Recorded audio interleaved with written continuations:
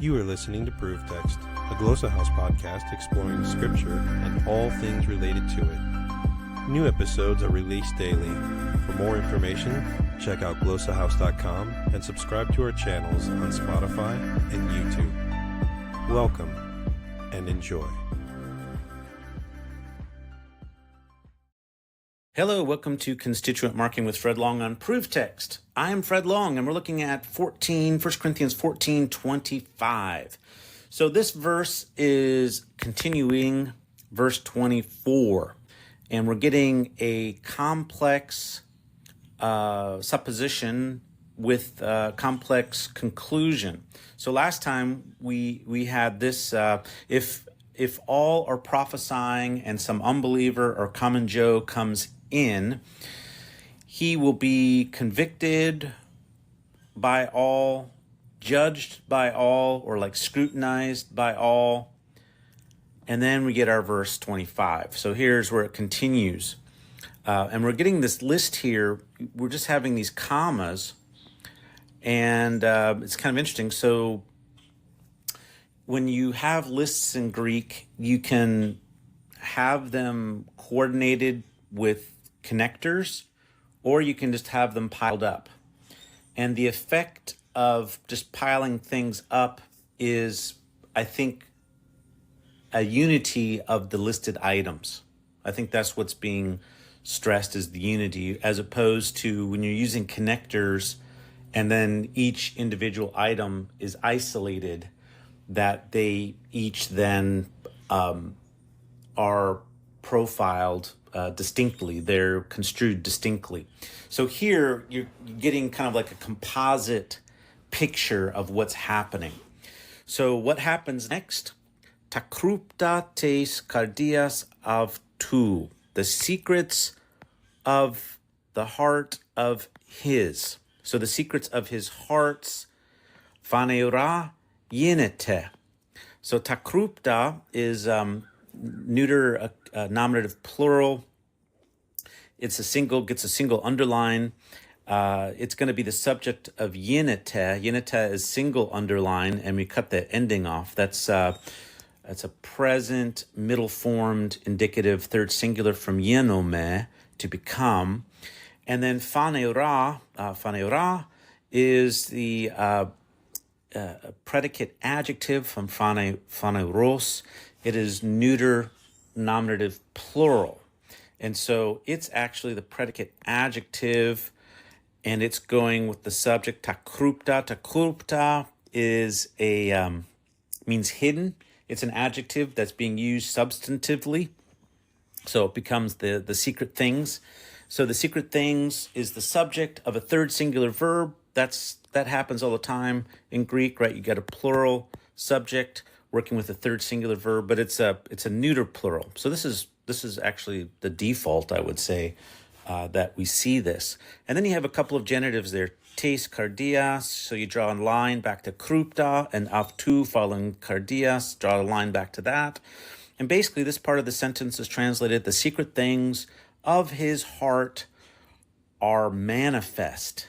And so then we have ke utos peson epi prosopon proskunesi to theo apangelon oti ontes o theos en umin estin. All right. And thus, so I'm dotted, underlining, or circling utos. Ke gets a box around it. And this is utos construes manner, and in this way. So something else is being added to the scene. And so we have to go back and look at the aeon. So remember that the previous verse began with aeon, which started a subordinate clause condition. And so the what kind of condition is it? Remember that conditionals, there are different types of conditionals. Now, I don't like using first, second, third, fourth class conditions. I think this might be considered a third class. I don't know. I have to go look at those. I don't like that way of of organizing conditional sentences. There's a better way, which is a more of a classical way of doing it. It's in my Koine Greek grammar. Look at chapter 26. And so I would classify this as what's called a present general condition. So present general is when you have aeon, with subjunctive, of course, followed by the present indicative. And that's what we have here, is present indicatives. We have three of them. There was, if you go back to look at verse 24, he's rebuked or confronted or exposed by all, discerned by all, and the secrets, and there's really not an and. The secrets of its hearts are manifest. Yeah, so those are all present tense. So what's happening here, present indicative, is that you have what's called a present general truth condition. Now, what's significant about that is that it indicates that this is like present, like a general truth that we could go to the bank with. This is generally what happens. And so this is the benefit of prophesying as opposed to speaking in tongues or languages, is that other people observing can, in fact, in this case, if they're prophesying, they're like convicted and their secrets are disclosed. They're like, whoa, what is going on? So there's something that happens inside of their hearts. And of course, we know that that's the power of God, the conviction of the Holy Spirit. So something much better happens when people are prophesying. And we're going to see how awesome this is. And so the second part of verse 25 is this. So, and thus, and in this way. So utos receives a dotted circle. Peson is from pipto. This is an aorist active participle, masculine nominative singular. And this starts a little subordinate clause, falling epiprosopon, upon the face. So peson is a participle, circumstantial participle, and this is actually a pre-positioned circumstantial participle, pre-nuclear, and this is going to be what's called a procedure. So in my Koine Greek grammar, chapter 17, I describe different circumstantial participle functions based on information structure. So circumstantial participles, people would normally call this a adverbial participle, but as you might have heard me say that and argue, and it's not just me, it's many others, that these participles are inherently not marked for adverbial senses, like manner, cause, purpose, concession, blah, blah, blah, conditional. That's really a misnomer. And typically that's how beginning students are taught participles, adverbial participles is to say, well, what kind of adverbial meaning does this have? That's a wrong question to ask. Right out of the box, you're asking the wrong question. So I devised a way of describing the information structure, and this one is clearly procedural. It's procedural because it's describing the kind of worshiping that's going on here, the kind of prostration. It's a prostration worship, falling upon his face. See, there are different kinds of proskuneo. So here, the main verb here is a future active indicative. So proskunesi is third singular from proskuneo. Proskuneo, it's a hard word to translate. We often translate it just as worship, but it really means to like show obeisance. Obeisance. I don't know how to say that word, but basically, like we're submitting, we're bowing, we're respecting. There was different kinds of doing this. You could bow your head. You can get on your knees. You could kiss somebody. So in the history of this language, this word, there's different types of this depending on cultural expression. So falling upon one's face indicates the type of proskuneo this is, the type of worship, obeisance this is. So this is a procedural participle. So peson epiprosopon, falling upon their face, he will worship, or he will show a subjection, bow to God. Will bow to God. So this verb proskuneo takes the dative case for its direct object. So to theo gets a double underline. And then we have another participle. So here we have a ap angelon. And so I'm going to start a box there. And then there's actually going to be another box. So here I'm closing these boxes. So we're getting different subordinate clauses that are going to be piled up here. And so let me use a different font so that we can close those off. So what is apongelon doing? Well, it's a present active participle, masculine, nominative, singular, announcing, from apongelo to announce, announcing that. So this is a post position, post-nuclear, irrespective of the main verb. And this is classified as explanatory. So this is explanatory, saying, announcing, and then you have this OT. Now this OT is kind of interesting because it's not needed. This is called a recitative OT.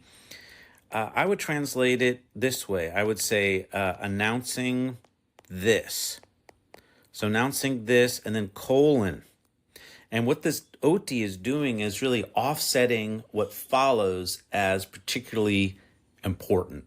Announcing this. This is really like a climax.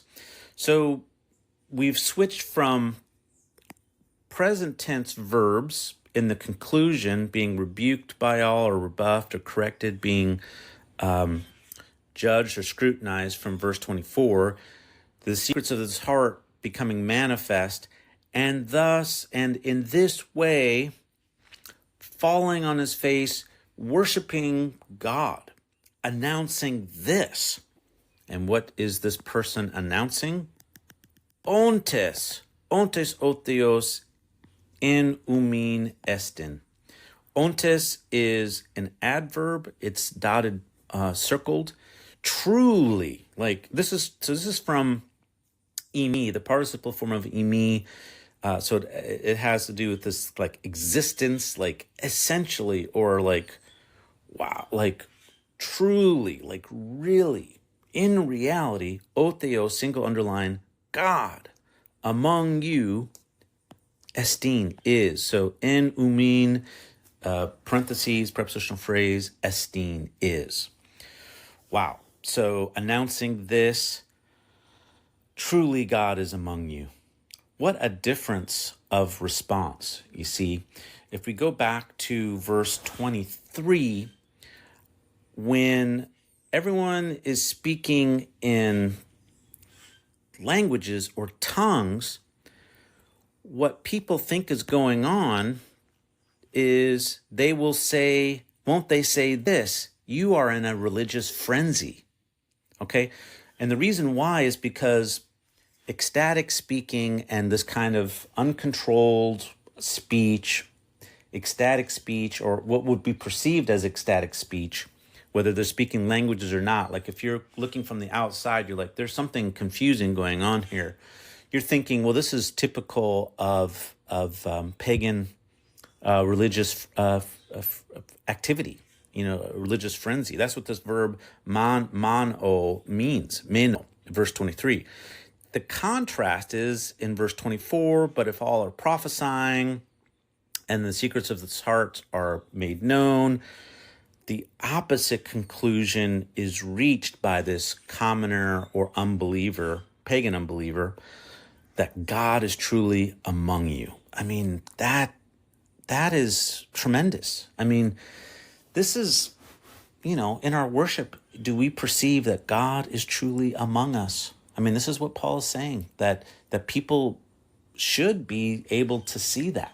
When we get together and worship God, when we show our obeisance and submit ourselves to Him, and we're all prophesying together, like we're in an environment where prophesying is welcomed, people are going to recognize that. Their hearts are going to be convicted, right? The Spirit's going to be working on people's hearts. The message is going to get through.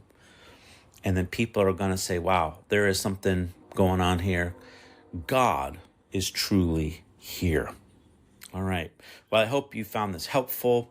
And we're going to continue looking next time at these verses as Paul continues to unpack like spiritual giftedness among the Corinthians. And he's really advocating for intelligibility, for edification. And in this way, he's really pushing for prophesying as opposed to tongue speaking or language speaking, which can alienate and separate and confuse people. All right, I hope you found this helpful.